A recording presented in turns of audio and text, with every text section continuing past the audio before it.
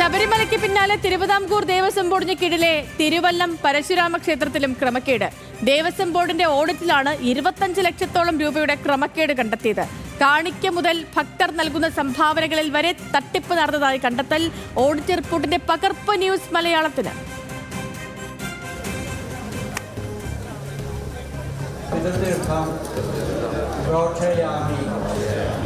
തലയ്ക്ക് മുകളിലോട്ട് ഉയർത്തിയിട്ട് താഴോട്ട് വയ്ക്കുക, പൊക്കി താഴ്ത്തി വയ്ക്കുക. അല്പം ദീർഘപ്പെടുത്തി ഓം ബ്രഹ്മദേവായ നമഃ. ബലിതർപ്പണം നടക്കുന്ന ദക്ഷിണേന്ത്യയിലെ ഏറ്റവും പ്രധാനപ്പെട്ട ക്ഷേത്രമാണ് തിരുവനന്തപുരത്തെ തിരുവല്ലം പരശുരാമ ക്ഷേത്രം. ശബരിമല കഴിഞ്ഞാൽ തിരുവിതാംകൂർ ദേവസ്വം ബോർഡിലേക്ക് ഏറ്റവും അധികം വരുമാനമെത്തുന്ന പ്രധാന ക്ഷേത്രങ്ങളിലൊന്ന്. 2019 മുതൽ 2021 വരെ ഇവിടെ നടന്ന വലിയ സാമ്പത്തിക ക്രമക്കേടിന്റെ നിർണായക തെളിവുകളാണ് ഇപ്പോൾ പുറത്തുവരുന്നത്. 2022 ഏപ്രിലിൽ ദേവസ്വം ബോർഡ് നടത്തിയ ഓഡിറ്റിലാണ് വലിയ തുക ബോർഡിലേക്ക് അടയ്ക്കാതെ വെട്ടിച്ചതായി കണ്ടെത്തിയത്.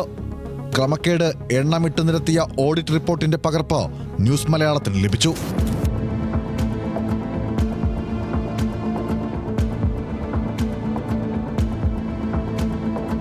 കാണിക്ക, രസീത് വരവ്, പൂജാസാധനങ്ങൾ തുടങ്ങി ദേവസ്വം ബോർഡിലേക്ക് എത്താനുള്ള 23,93,694 രൂപയുടെ കുറവാണ് ഓഡിറ്റ് റിപ്പോർട്ടിൽ കണ്ടെത്തിയത്.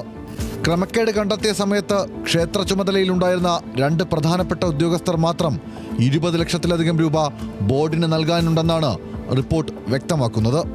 ഈ തുക തിരികെ പിടിക്കുന്നതിനോ ഉദ്യോഗസ്ഥർക്കെതിരെ വകുപ്പ് തല നടപടി സ്വീകരിക്കുന്നതിനോ ദേവസ്വം ബോർഡ് തയ്യാറായിട്ടില്ല. ഉദ്യോഗസ്ഥരിൽ ഒരാൾ പിന്നീട് ദേവസ്വം കമ്മീഷണറായി വിരമിച്ചു. മറ്റൊരാൾ ഇപ്പോഴും സുപ്രധാന ചുമതലയിൽ തുടരുന്നതായാണ് ആക്ഷേപം. ശബരിമലയിൽ താൽക്കാലിക ജീവനക്കാർ വെട്ടിയ ലക്ഷങ്ങളുടെ കണക്ക് പരിശോധിക്കുന്ന ദേവസ്വം ബോർഡ് വിജിലൻസും തിരുവല്ലത്തെ ക്രമക്കേടിൽ കണ്ണടയ്ക്കുകയാണ്. ന്യൂസ് മലയാളം, തിരുവനന്തപുരം.